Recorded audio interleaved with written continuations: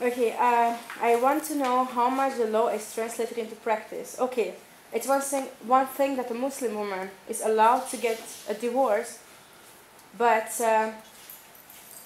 would a man in your society want to get married with a divorced woman? That's a very good question. Because there's one thing we have law, but is it translated into practice in the society is another thing. It happens, but it depends on, like, I think it's like an age level. Like if the woman and the man are above 30, then it's no problem. But if she's under 30 years old, then this is when kind of a problem starts.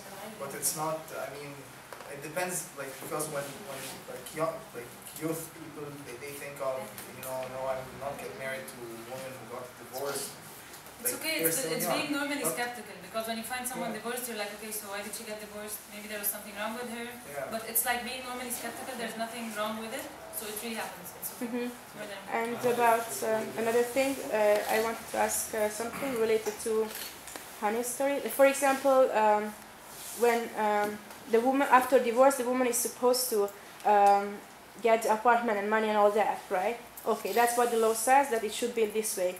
But for instance, it can happen that the man doesn't want to comply to this. But not all, like some people do not comply to this. Then the apartment, okay, they leave the apartment, but like for paying the regular thing, some people don't. Because even for instance in Europe, it happens this way, that the man should pay a certain amount of money after the children, but a lot of times they are, that's not what they do. That's not what they do. And in Egypt, that's the same. That's why we have a lot of cases in the court. Yeah, okay, so it's the same there too. Because, we were always taught, no, actually your presentation was perfect, but I wanted them to relate more to what's happening in practice, right?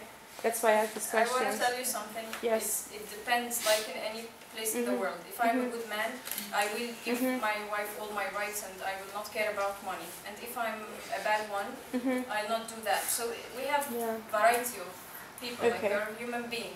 So I believe it's normal, like in anywhere, that you find good people that comply to and people who do not. Yes. To look different aspect of the equality. Like if there's an inheritance from the father of the children, how can they share that inheritance? Is there any difference between his daughters and sons? That's a very good point. Like inheritance from the father, usually if he has like a daughter and a son, the son gets double what the daughter gets. This is according to Sharia, and it's for both Christians and Muslims. The reason is that the whole point of view of having this is because like the girl will get married to a man who will take care of her. This is the reason for it. So basically, it's like a guy would get double what the girl should get, and like his wife would get like 1/8. And I want to add something. In Egypt, a woman takes a large dowry when she gets married, and he must take it. He must give it. Like culturally, we don't get married without a dowry. So usually the women in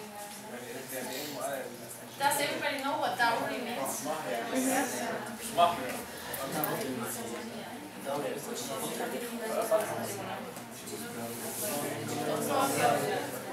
I just want to make sure everybody knows. they know. I think they know, yeah? Okay, listen everybody. Dowry is a gift, a large sum of money. The groom gives it to the bride for marriage. It's a gift, and and this gift is beside, like he buys her also jewelry. In Arabic called shakka. He buys her jewelry and he gives her a dowry. And like I told you before, when she works, even if she is wealthy, the money is for her. That's why the inheritance law is giving the man double the one of the woman.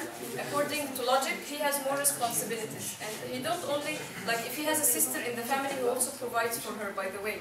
So that's why it makes sense, like it's fair. That's why the marriage rates can grow every day. Because of the dowry. One question. You said that the law was based on the Sharia, right? Sharia. Sharia. Sharia, which is the Islamic, like the Islamic law. Okay, yeah. but to what extent? Because as far as I was concerned, that the Sharia had some very old-fashioned things that probably won't be used in Egypt anymore. So to what extent is it still used? Where do they on the personal, like you know, when marriages, these things, like in Egypt, it's based on marriages, based on like social norms, not more than that. Like if it's like if someone like steals, no, this is not it. So they like cut out the parts that they didn't want, that were sure just. Oh yeah. They're a little bit like they do some compromisation and they do some like analogy. It's not the exact same law as in Saudi Arabia, for example. If you steal, like your head is cut. It's the constitution there is Sharia. So their constitution is Sharia. Like our constitution is not Sharia, but the legislation is based on Sharia, which is it's like they're taking from both and they're coming up. That's why they have like the new divorce term, which is khula, which is like from the woman's side when she want to get divorced. So they're trying to get from the constitution and the same thing from Sharia to adapt to the current situation. And I just want to add something. I mean, this is basically for those who really care. I mean, in Egypt you can do everything else just based on purely civil means. I mean, if you want to get married to someone who's not, I mean, if you are a Christian, and you want to marry a Muslim, you can just go and make a paper at a lawyer's office, that some sort of agreement, and then you go verify the signature, and this is a marriage contract.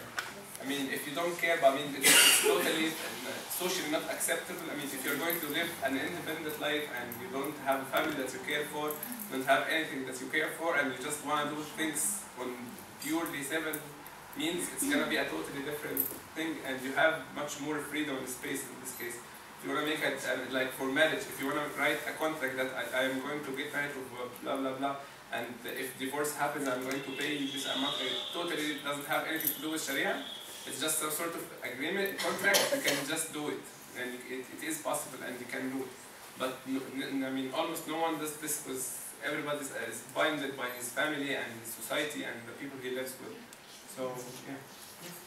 So, you as Egyptians, as men and women, do you feel okay with the gender position you have in Egypt? I mean, do you think it's fair, or would you like to change something? Can we like each one? Personally, I mean, it's personal opinion. So. Yes, because for me it's I like it's totally equal. I mean, okay. Even sometimes I feel like I'm sorry for men. I mean, what I want to say is, I mean, if something... This is just the opinion of